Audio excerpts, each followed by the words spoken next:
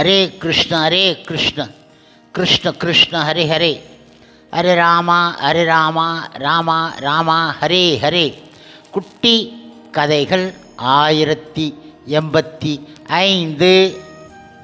இந்த கலியுகம் எனும் இருள் சூழ்ந்த காட்டில் ஆன்மீக பாதைக்கு ஆன சிறந்த வழிகாட்டி ஆக வெளிச்சம் இட்டுக்காட்டும் பகவத்கீதை உண்மை உருவில் ஆனது. அதில் உள்ள முக்கியமான பதங்களை மட்டும் பொருள் உரை உடன் வரிசைப்படி காண்போம். 1.39 பாண்டவராகிய அர்ஜுனன் கூறினார், குலம் அழிவு அடைவதால் நித்தியமான குல தர்மம் கெடுகின்றது. இதனால் வம்சத்தில் மீந்திருப்பவர்கள் அதர்மங்களில் ஈடுபடுவார்கள். வர்ண ஆசிரம வழிமுறையில் குடும்ப அங்கத்தினர்கள் முறையாக வளர்ந்து ஆன்மீக தகுதிகளை பெறுவதற்காக பல்வேறு அற பழக்கங்கள் இருக்கின்றன. பிறப்பு முதல் இறப்பு வரை செய்யப்படக்கூடிய இதுபோன்ற தூய்மைப்படுத்தும் சடங்குகளுக்கு பெரியோரே பொறுப்பு ஆகும். ஆனால் மூத்தோர் மரணம் அடைந்துவிட்டால் இதுபோன்ற தூய்மைப்படுத்தும் குலப்பண்பாடுகள் நின்றுவிடலாம். எஞ்சியிருக்கும் இளைய தலைமுறை அதர்மம் செயல்களில் ஈடுபட்டு ஆன்மீக விடுதலைக்கான தங்கள் வாய்ப்பை இழந்து விடலாம். எனவே எந்த நோக்கத்திற்காகவும் குலத்தின் முதியோர்களை அழித்தல் கூடாது ஆகும். 1.40 முழுமுதற் கடவுள் மற்றும் பரம புருஷ பகவான் ஸ்ரீ கிருஷ்ணர் அவர்களே குலத்தில் அதர்மம் தலையெடுக்கும்போது குடும்ப பெண்கள் கலக்கம் அடைகின்றார்கள். பெண்மையின் சீர் அழிவால் விருஷ்டி குலத்தவரே தேவையற்ற சந்ததி உண்டாகி விடுகின்றன. வாழ்வில் அமைதி, வளம், ஆன்மீக முன்னேற்றம் ஆகியவற்றிற்கான ஆதாரம் மனித சமுதாயத்தில் நன்மக்கள் இருப்பதாகும். நன்மக்கள் தலை தோங்குவதன் மூலம் நாட்டிலும் சமூகத்திலும் ஆன்மீக முன்னேற்றம் ஏற்படும். அதற்கு தகுந்தாற் போல வர்ணம், ஆசிரமம், தர்மத்தின் கொள்கைகள் வடிவு அமைக்கப்பட்டு இருக்கின்றன. இத்தகு சமுதாயம் அதன் பெண் குலத்தின் கற்பையும் நம்பகத்தன்மையும் பொறுத்து இருக்கின்றன. குழந்தைகளை தவறு ஆக வழிநடத்துதல் எளிது. அதுபோன்றே பெண்களும் எளிதில் வீழ்ச்சியடையும் சுவாபம் உடையவர்கள் ஆவார்கள். எனவே குழந்தைகளுக்கும் பெண்களுக்கும் குடும்பத்தின் மூத்த உறுப்பினர்களின் பாதுகாப்பு தேவைப்படுகின்றது. பல்வேறு அறச்செயல்களில் ஈடுபடுத்தப்படுவதன் மூலம் பெண்கள் கற்புக்கு புறம்பான தவறு ஆன உறவுகளை வளர்த்து கொள்ள சோரம் போக மாட்டார்கள். சாணக்கிய பண்டிதனின் கூற்றுப்படி பெண்கள் அறிவாளிகள் கிடையாது, அதனால் நம்பகமானவர்களும் கிடையாது. எனவே அவர்களை எப்போதும் பலவிதமான அறம் சார்ந்த குலப்பண்பாடுகளில் ஈடுபடுத்தப்பட வேண்டும். அதன் மூலம் அவர்களது கற்பும் பக்தியும் வர்ண ஆசிரம முறையில் பங்கேற்கத்தக்க நல்ல சமுதாயத்தை தோற்றுவிக்கின்றன. இத்தகு வர்ணம், ஆசிரமம், தர்மம் சீர்குலையும் போது இயற்கையாகவே பெண்கள் ஆண்களுடன் கலந்து செயல்படுவதற்கான சுதந்திரத்தை பெறுகின்றார்கள். இதனால் பெண்களின் கற்பு நிலை இழக்கப்பட்டு தவறான உறவுகள் தோன்றி தேவையற்ற சந்ததிகள் என்னும் அபாயத்தை உண்டு பண்ணுகின்றன. பொறுப்பற்ற ஆண்களும் சமுதாயத்தின் சோரத்தை கள்ள தொடர்புகளை பெருக்குகின்றார்கள். இதனால் மனித சமுதாயத்தில் தேவையற்ற குழந்தைகள் தோன்றி போர் மற்றும் தொற்று வியாதிகள் போன்ற அபாயத்தை உண்டு பண்ணுகின்றன. 1.41 தேவையற்ற ஜனத்தொகை பெருக்கம் குடும்பத்திற்கும் குடும்ப பண்பாட்டை அழிப்போருக்கும் நிச்சயமாக நரக நிலையை ஏற்படுத்துகின்றன. அதுபோன்ற சீர்குலைந்த குலங்களில் முன்னோர்கள் வீழ்ச்சி அடைகின்றார்கள். ஏனென்றால் அவர்களுக்கு பிண்டமும் நீரும் அளிக்கக்கூடிய நிகழ்ச்சிகள் நடப்பது கிடையாது. பலநோக்கு செயல்களின் சட்டம் திட்டம் இவைகளின்படி குடும்பத்தின் முன்னோருக்கு உணவும் நீரும் அளிக்கும் கர்மத்தை செய்ய வேண்டும். இத்தகு சடங்கு விஷ்ணுவை வழிபடுவதன் மூலம் நடத்தப்படுவதாகும். ஏனென்றால் விஷ்ணுவின் பிரசாதத்தை உண்பது ஒருவனை எல்லா பாவங்களில் இருந்து விடுவிக்கக்கூடியதாகும். சில வேளைகளில் முன்னோர்கள் பல பாவச் செயலின் விளைவுகளால் துயரப்பட்டு கொண்டு இருக்கலாம். சிலர் ஸ்தூல உடலை அடைய முடியாமல் தங்களது சூட்சும உடலில் பேய்களாக அலைந்து கொண்டு இருக்கலாம். வாரிசுகளின் மூலம் முன்னோர்களுக்கு பிரசாதம் அளிக்கப்படும் போது அவர்கள் பல்வேறு விதமான துன்ப வாழ்வில் இருந்து பேய் போன்ற நிலைகளில் இருந்து விடுபடுகின்றார்கள். இவ்வாறாக முன்னோருக்கு உதவுதல் குலப்பண்பாடு ஆகும். பக்தி தொண்டில் ஈடுபடாதவர்கள் இது போன்ற சடங்குகளை செய்து ஆக வேண்டும். பக்தி தொண்டை பின்பற்றி வாழ்பவர்கள் இத்தகு செயல்களை செய்ய வேண்டியது கிடையாது. பக்தி தொண்டை எளிமையாக நிறைவேற்றுவதன் மூலமே பல்லாயிரக்கணக்கான முன்னோரை எல்லா துன்பங்களில் இருந்தும் ஒருவனால் விடுவிக்க முடியும். பாகவதத்தில் 11.5.41 கூறுகின்றது, எல்லா கடமைகளையும் விட்டு ஒழித்து முக்தி அளிப்பவரான முகுந்தனின் திருப்பாத கமலங்களில் சரணடைந்து தீவிர பக்தி தொண்டு புரிபவர் தேவர்களுக்கோ முனிவர்களுக்கோ மற்ற உயிர்களுக்கோ குடும்ப அங்கத்தினர்களுக்கோ மனித குலத்திற்கோ முன்னோருக்கோ எந்த விதத்திலும் கடன்படுவது கிடையாது. புருஷோத்தமரான முழுமுதற் கடவுள் பகவான் கிருஷ்ணருக்கு பக்தி தொண்டு செய்வதன் மூலம் இது போன்ற கடமைகள் அனைத்தும் தாமாகவே நிறைவேற்றப்பட்டு விடுகின்றன. 2.1 சஞ்சயன் கூறினான், அர்ஜுனன் இரக்கத்தினால் மூழ்கி மனது பலகீனமடைந்து கண்களில் கண்ணீர் மல்கிய நிலையில் இருப்பதைக் கண்ட மதுசூதன் ஆன பகவான் கிருஷ்ணர் பின்வருமாறு கூறினார்.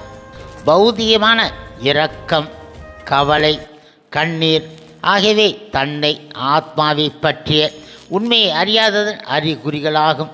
நித்தியமான ஆத்மாவிற்காக இரக்கம் கொள்வது தன்னை உணர்வது ஆகும். இந்த பதத்தில் மதுசூதனா என்னும் சொல் மிக மிக முக்கியத்துவம் வாய்ந்ததாகும். பகவான் கிருஷ்ணர் மது என்னும் அரக்கனை கொன்றவர் ஆவார். எனவே தனது கடமையை நிறைவேற்றுவதில் ஏற்பட்டு இருக்கும் தவறான கருத்து எனும் அரக்கனை அவர் கொல்ல வேண்டுமென அர்ஜுனன் விரும்பினான். எங்கு இரக்கம் காட்ட வேண்டும் என்பது எவருக்கும் தெரிவது கிடையாது. நீரில் மூழ்கும் மனிதனை ஆடைக்காக பரிதாபப்படுவது அர்த்தமற்றதாகும்.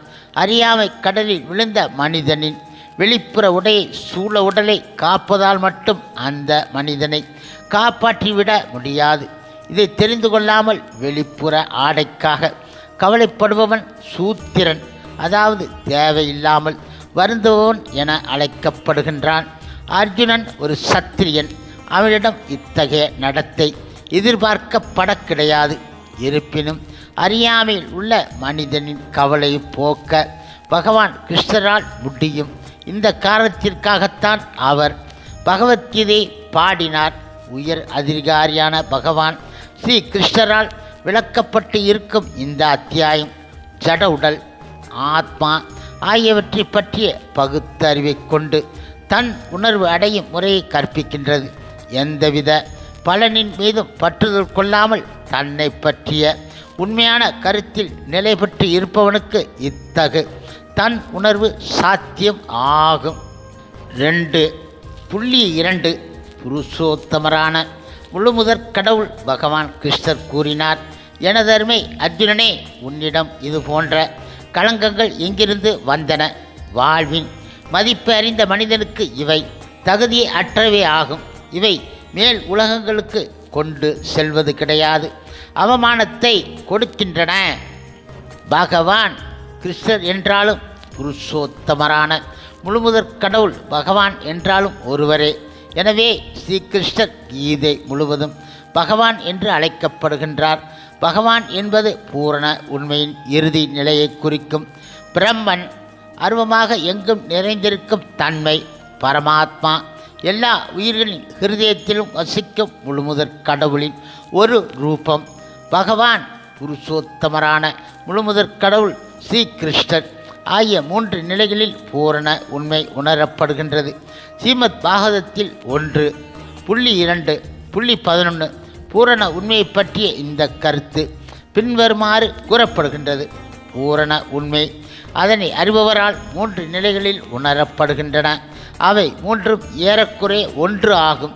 பூரண உண்மையின் அந்த நிலைகள் பிரம்மன், பரமாத்மா, பகவான் என அறியப்படுகின்றன. இந்த 3 தெய்வீக நிலைகளை சூரியனை உதாரணமாக கொண்டு விளக்கலாம். சூரியனுக்கும் 3 வெவ்வேறு தோற்றங்கள் இருக்கின்றன.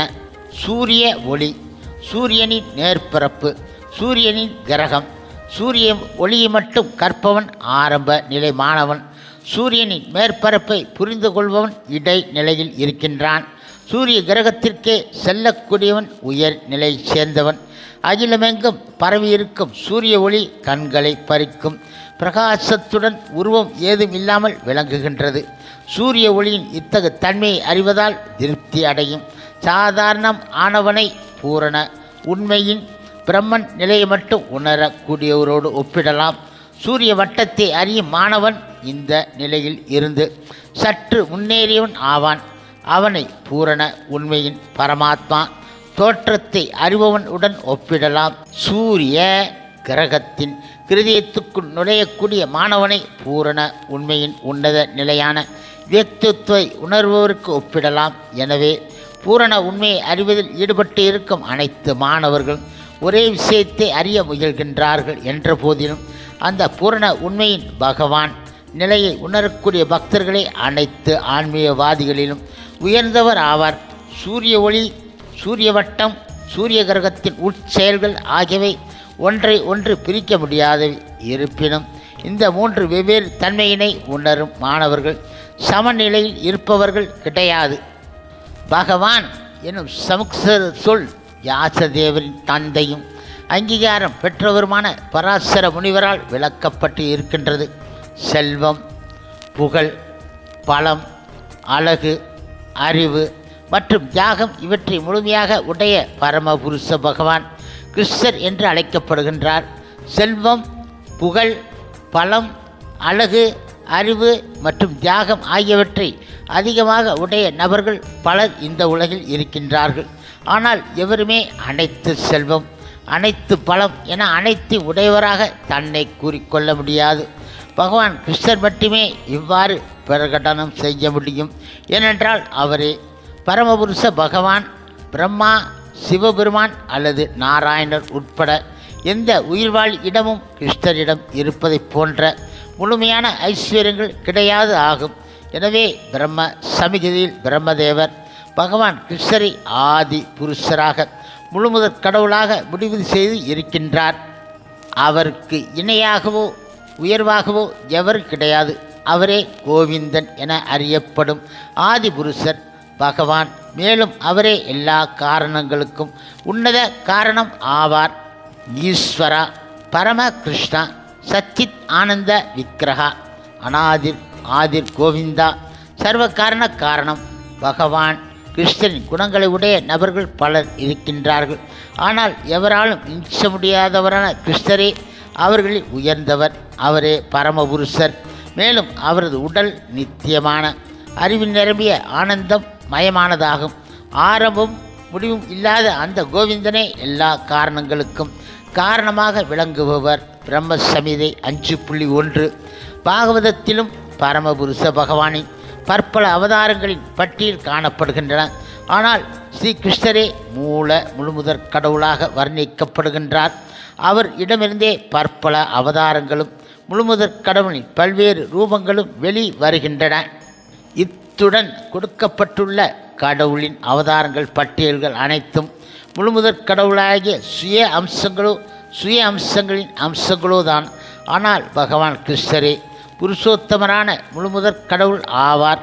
பாகவதம் 1.3.28 ஆகும்.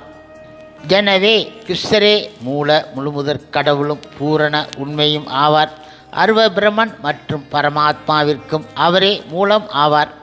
புருஷோத்தமரான முழுமுதற் கடவுள் பகவான் ஸ்ரீ கிருஷ்ணர் தன் முன் வீட்டு இருக்கும்போது உறவினருக்கான அர்ஜுனன் இயக்கம் நிச்சயமாக ஏற்றுக்கொள்ள முடியாததாகும். எனவே கிருஷ்ணர் குத எங்கிருந்து எனும் வார்த்தையின் மூலம் தனது வியப்பை காட்டுகின்றார்.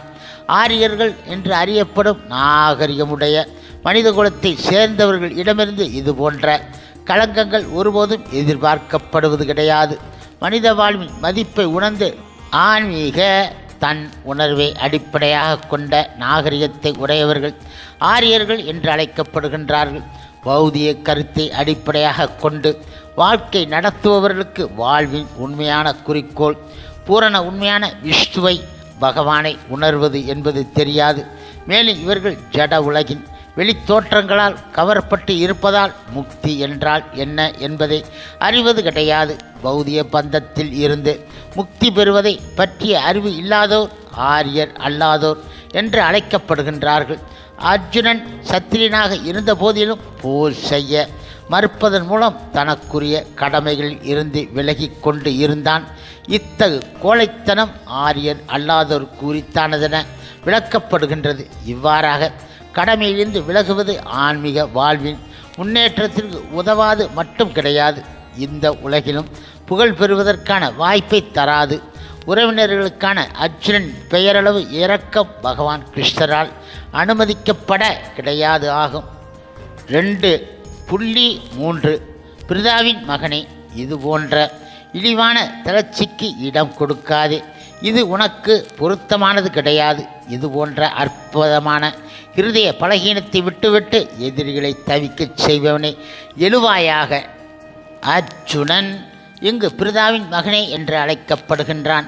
பிரிதா பகவான் கிருஷ்ணரின் தந்தை வசுதேவரின் தங்கை ஆவார். எனவே அர்ஜுனனுக்கும் கிருஷ்ணருக்கும் இரத்த சம்பந்தம் இருக்கின்றன. சத்திரியன் மகன் போர் புரிய மறுத்தால் அவன் பெயரளவு சத்திரியன். பிராமணனின் மகன் கெட்ட வழியில் நடந்தான், அவன் பெயரளவு பிராமணன். இத்தகு சத்திரியர்களும் பிராமணர்களும் தமது தந்தையரின் உபயோகமற்ற மக்கள் ஆவார்கள். எனவே அர்ஜுனன் சத்திரின் உபயோகமற்ற மகனாக ஆவதை கிருஷ்ணர் விரும்ப கிடையாது. அர்ஜுனன் பகவான் கிருஷ்ணரின் மிக நெருங்கிய நண்பன் ஆவான். மேலும் கிருஷ்ணரே தேரில் நேரடியாக அவனுக்கு வழிகாட்டி கொண்டு இருக்கின்றார். இதுபோன்ற வாய்ப்புகளுக்கு இடையே அர்ஜுனன் போரை துறந்துவிட்டால் அந்த செயல் அவனது புகழை கெடுத்துவிடும். எனவே அர்ஜுன் இடம் உள்ள இத்தகைய மனப்பான்மை அவனுக்கு பொருத்தமானது கிடையாது என கிருஷ்ணர் கூறுகின்றார். பெருமதிப்புக்குரிய பீஷ்மர் இடமும் உறவினர்கள் இடமும் பெருந்தன்மை காட்ட வேண்டும் என்ற மனப்பான்மையில் தான் போரை துறப்பதாக அர்ஜுனன் வாதிடலாம். ஆனால் அத்தகைய பெருந்தன்மையினை இருதய பலகீனமாக கிருஷ்ணர் கருதுகின்றார். இத்தகைய பொய்யான பெருந்தன்மை எந்தவித அதிகாரிகளாலும் ஏற்றுக்கொள்ளப்படுவது கிடையாது. எனவே பகவான் ஸ்ரீ கிருஷ்ணரின் வழிகாட்டுதலின் கீழ் இதுபோன்ற பெருந்தன்மை அல்லது பெயர் அளவிலான அகிம்சை அர்ஜுனை போன்ற நபர்கள் துறந்து ஆக வேண்டும். 2.5 மகாத்மாக்கள் ஆன எனது ஆச்சாரின் வாழ்வை அழித்து நான் வாழ்வதை விட இந்த உலகில் பிச்சை எடுத்து வாழ்வது மேல் ஆகும். உலக லாபங்களை விரும்பும் போதிலும் அவர்கள் பெரியோர்களே, அவர்கள் கொல்லப்பட்டு விட்டால் நான் அனுபவிப்பை அனைத்திலும் இரத்தக்கரை படிந்து இருக்கும் என்கின்றான் அர்ஜுனன். சாஸ்திர நியமங்களின்படி பகுத்து அறிவை இழந்து வெறுக்கத்தக்க செயல்களில் ஈடுபடும் ஆசிரியர் நிராகரிக்கப்பட வேண்டியவராவார். துரியோதன் செய்யும் நிதி உதவியின் காரணத்தினால் பீஷ்மரும் துரோணரும் அவனுக்கு சாதகமாக செயல்பட நேர்ந்தது. உண்மையில் வெறும் நிதி உதவியை அடிப்படையாக கொண்டு அத்தகைய நிலையை அவர்கள் ஏற்றியிருக்கக்கூடாது. இந்த சூழ்நிலையில் அவர்கள் ஆசிரியருக்குரிய மதிப்பை இழந்து விட்டார்கள். ஆனால் அர்ஜுனனோ அவர்களை இன்னும் பெரியவர்களாக கருதுவதால் அவர்களை கொன்று பௌதிக லாபங்களை அனுபவிப்பது இரத்தக்கரை படிந்து அழுகையை அனுபவிப்பதாகும் என நினைக்கின்றான்.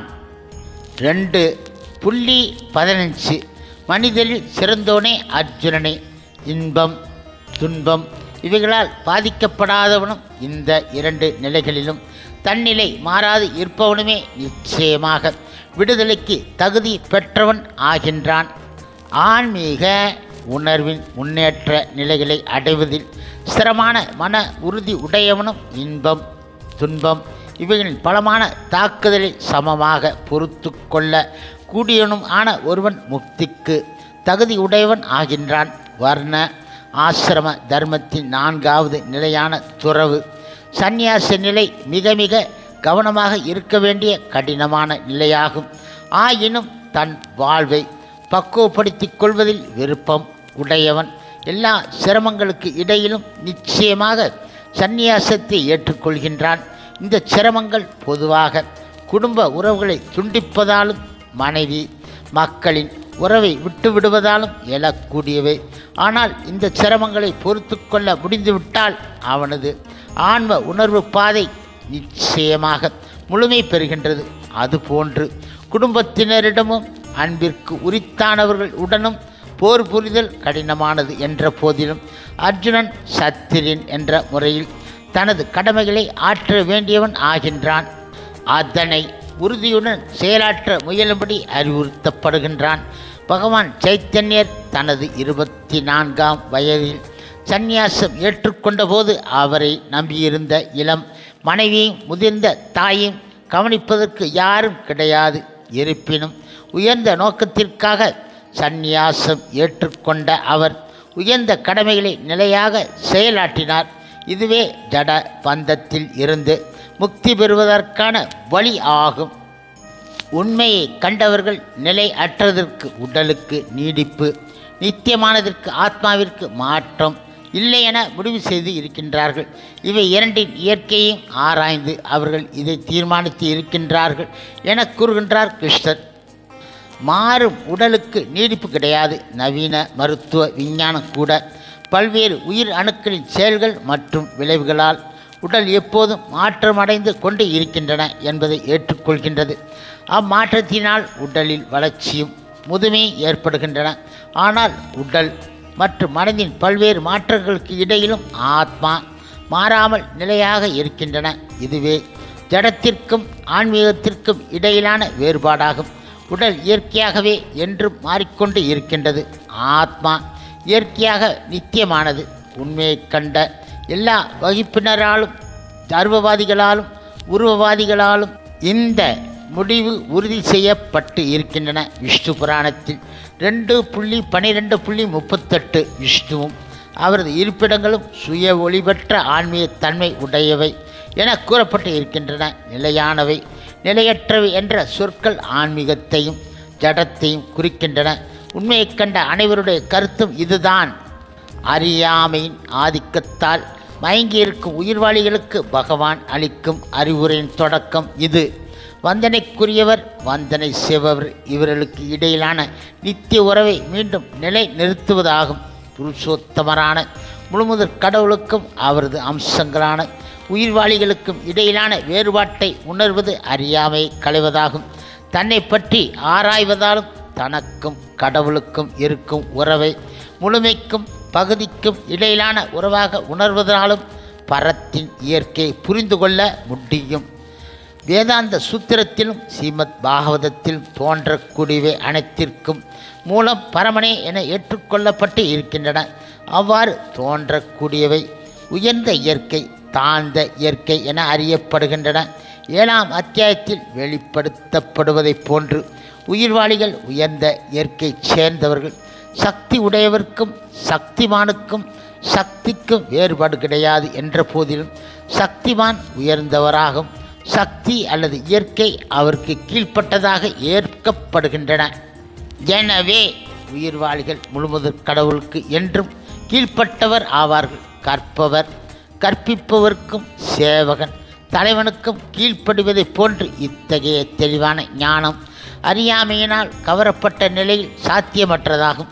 அத்தகு அறியாமை விரட்டுவதற்காக அனைத்து உயிர்வாளிகளையும் எக்காலத்திற்கும் தெளிவுபடுத்துவதற்காக பகவான் பகவத்கீதை கற்பிக்கின்றார். 2.17 உடல் முழுவதும் பரவி இருப்பதை அழிவற்றதென நீ அறிய வேண்டும். அந்த அழிவற்ற ஆத்மாவை கொல்லக்கூடியவர் எவரும் கிடையாது என கூறுகின்றார் கிருஷ்ணர். உடல் முழுவதும் பரவியிருக்கும் ஆத்மாவின் உண்மை இயல்பை இந்த பதம் மேலும் தெளிவாக விளக்குகின்றது. உடல் முழுவதும் உணர்வு பரவியிருப்பதை அனைவரும் அறிந்து கொள்ள முடியும். உடலின் ஒரு பகுதியிலோ உடல் முழுவதுமோ ஏற்படும் இன்பம் துன்பம் இவைகளை அனைவரும் உணர்கின்றார்கள். இவ்வாறு பரவியிருக்கும் உணர்வு ஒருவனின் சொந்த சரீரம் என்ற வரம்பிற்கு உட்பட்டதாகும். ஒரு உடலின் இன்பம் துன்பம் இவை மற்றவர்களுக்கு தெரியாது. எனவே ஒவ்வொரு உடலும் தனி ஆத்மாவை உடையதாகும். மேலும் ஆத்மா இருப்பதை தனிப்பட்ட உணர்வின் மூலம் அறியலாம்.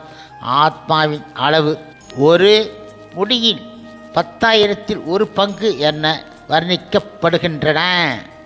ஒரு முடியில் மேற்பாகம் 100ஆக பிரிக்கப்பட்டு அவ்வாறு பிரிக்கப்பட்ட முடியானது மீண்டும் 100 பிரிவுகளாக ஆக்கப்பட்டு விட்டால் அந்த உட்பிரிவு ஒன்று எவ்வளவு இருக்குமோ அதுவே ஆத்மாவின் அளவு ஆகும். இதே கருத்து பின்வரும் பதத்தில் கொடுக்கப்பட்டு இருக்கின்றன. எண்ணில் அடங்காத ஆத்மாக்கள் இருக்கின்றார்கள். அதன் அளவு முடியில் நுனியில் 10,000ல் 1 பங்கென அளவிடப்படுகின்றன. எனவே ஆன்மீக ஆத்மா எனும் நுண்ணிய துகள் ஆன்மீக அணு ஜட அணுக்களை காட்டிலும் சிறியதாகும். இத்தகைய ஆன்மீக அணுக்கள் எண்ணற்றவை. இத்தகு மிகச்சிறிய ஆன்மீக பொறியை ஜட உடலின் ஆதாரமாகும். சக்தி வாய்ந்த மருந்தின் ஆதிக்கம் உடல் முழுவதும் பரவுவதைப் போன்று ஆன்மீக பொறியின் ஆதிக்கம் உடல் முழுவதும் பரவி இருக்கின்றன. ஆன்மீக ஆத்மா உடல் முழுவதும் இவ்வாறு பரவி இருப்பது உணர்வின் மூலம் அறியப்படுகின்றன. இந்த உணர்வே ஆத்மா இருப்பதற்கு ஆதாரமாகும். உணர்வற்ற ஜட உடல் வெறும் பிணம் என்பதை சாதாரண பாமரனும் அறிவான். எவ்வித ஜட முறையினாலும் பிணத்திற்குள் இந்த உணர்வை மீண்டும் புதுப்பிக்க முடியாது. எனவே உணர்வு என்பது ஜட பொருள்களின் கலவையினால் தோன்றுவது கிடையாது, ஆன்மீக ஆத்மாவினால் ஏற்படுவது ஆகும். முண்டக உபனிஷத்தில் 3.1.9 அணு ஆத்மாவின் அளவு மேலும் விளக்கப்படுகின்றன. அணு அளவிலான ஆத்மா பக்குவமான அறிவால் காணப்படக்கூடியதாகும்.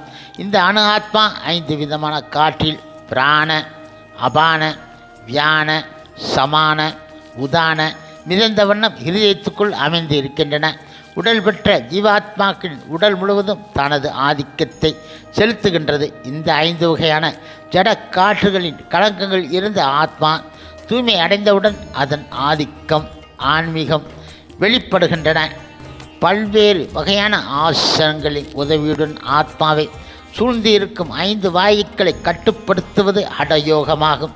எவ்வித ஜட பலனையும் எதிர்பாராமல் ஜட சூழ்நிலை என்னும் பிணைப்பில் இருந்து நுண்மையான ஆத்மாவை முக்தி பெற செய்வதற்காக ஹடயோகம் பயிலப்படுகின்றது.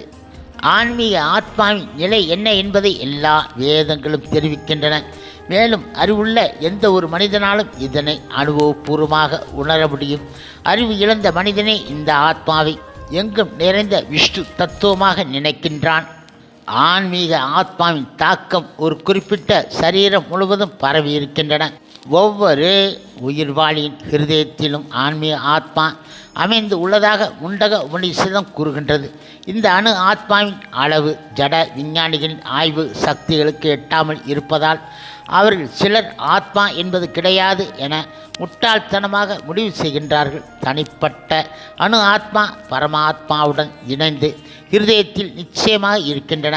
எனவே உடலின் இயக்கத்திற்கு தேவையான எல்லா சக்திகளும் உடலின் இந்த பகுதியில் இருந்து இருதயத்தில் இருந்து உருவாகின்றன. நுரையீரலில் இருந்து ஆக்சிஜனை கொண்டு வரும் இரத்த அணுக்கள் ஆத்மா இடம் சக்தி பெறுகின்றன. ஆத்மா தமது நிலையில் இருந்து அகன்றவுடன் இரத்த ஓட்டம் நின்று விடுகின்றது. இரத்த சிகப்பு அணுக்களின் முக்கியத்துவத்தை மருத்துவ விஞ்ஞானம் ஏற்கின்றது. ஆனால் சக்தியின் உற்பத்தி மூலம் ஆத்மா என்பதை இந்த விஞ்ஞானம் காண இயலாமல் இருக்கின்றது. இருப்பினும் ஹிருதயமே உடலின் எல்லா சக்திகளின் இருப்பிடம் என்பதை மருத்துவ விஞ்ஞானம் ஏற்றுக்கொண்டுதான் இருக்கின்றன. இப்பொழுது வேத ஞானத்தை பின்பற்றும் சரி, நவீன அறிவியலை பின்பற்றும் சரி, உடலின் ஆன்மீக ஆத்மா இருப்பதை மறுக்க முடியாது. ஆத்மாவை பற்றிய விஞ்ஞானம் முழுமுதற் கடவுளால் பகவத்கீதையில் தெளிவாக விளக்கப்பட்டு இருக்கின்றன. ஹரே கிருஷ்ணா. சில பிரபுபாதரின் சேவையில் இஸ்கான் பக்தர்கள்.